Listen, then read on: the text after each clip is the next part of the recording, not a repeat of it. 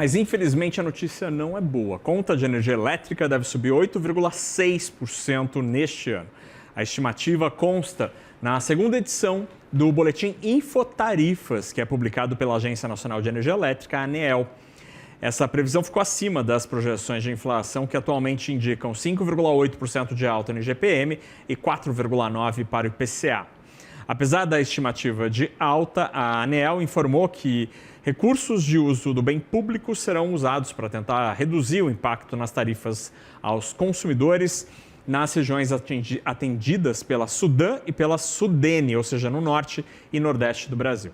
De acordo com a agência, clientes cativos de 22 distribuidoras terão descontos nas faturas por causa da destinação deste dinheiro, ou seja, as contas vão subir mais, mas parte dos consumidores no norte e nordeste terão algum benefício com uma elevação das contas menor por causa desse dinheiro que será destinado a isso. É mais um penduricalho nas contas de luz deste Brasil. Uma auditoria do Tribunal de Contas da União apontou sérias fragilidades nas políticas voltadas às hidrovias brasileiras, constatando que o setor padece de um apagão de dados e de falta de articulação. Na quarta-feira, o plenário do TCU aprovou uma série de recomendações para uma reestruturação ampla desse modal, após identificar que os entraves no licenciamento ambiental e a falta de coordenação entre órgãos acabam travando o crescimento das vias navegáveis no Brasil. Para explicar esse cenário, a gente conversa agora com o Maurício Portugal, colunista de infra aqui da CNN. Boa tarde, Maurício. Ou seja, a gente não tem muito mais hidrovias por um problema causado por nós mesmos, pelos brasileiros e pela burocracia, meu caro. Boa tarde. Boa tarde, Naga. Olha, o problema não são só as hidrovias, viu? A gente tem pelo menos 14 projetos estratégicos para o país parados, tá? Por conta da aplicação da OIT 169. Né? Só para dar alguns dados, mencionar alguns dos projetos, né? A Transamazônica está parada por conta disso. A Ferrovia Estadual do Mato Grosso, que a Rumo está construindo, parou por conta disso. Tá? A BR 158, no Mato Grosso, também teve que parar por conta disso. Então, a gente está falando, a hidrovia é a manifestação atual, mas a gente está falando de um problema bem mais amplo e que está impedindo projetos importantes do país, projetos de infraestrutura, grandes projetos, de sair do papel. Aí, deixa eu explicar um pouquinho exatamente o que é que a gente está falando, né? Mais detalhes do que a gente está falando. A gente está falando de uma convenção internacional da OIT, da Organização Internacional do Trabalho, que tem por objetivo proteger indígenas, povos indígenas e povos nativos.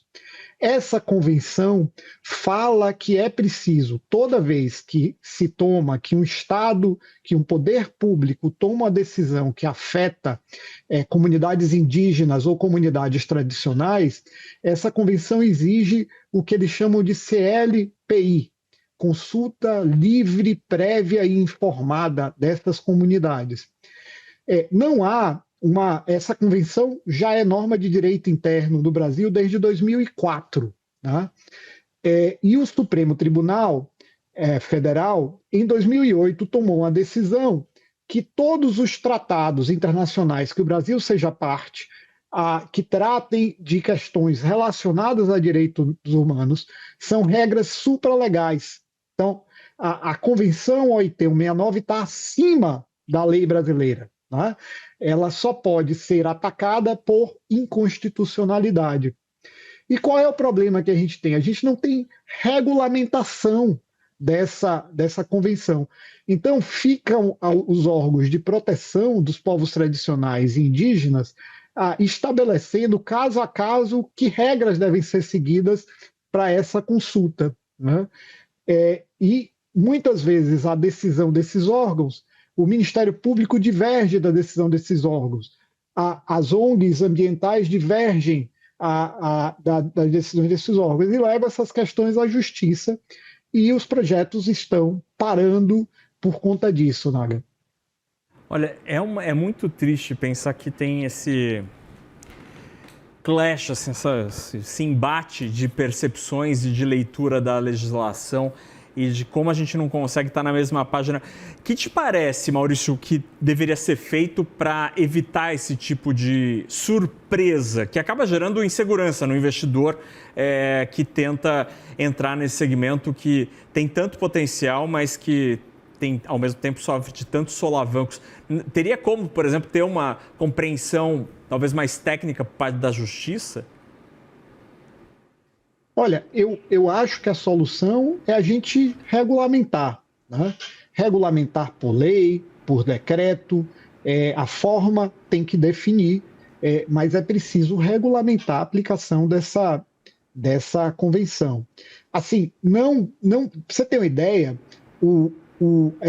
essa consulta é estabelecida por um artigo da convenção, o artigo 6º.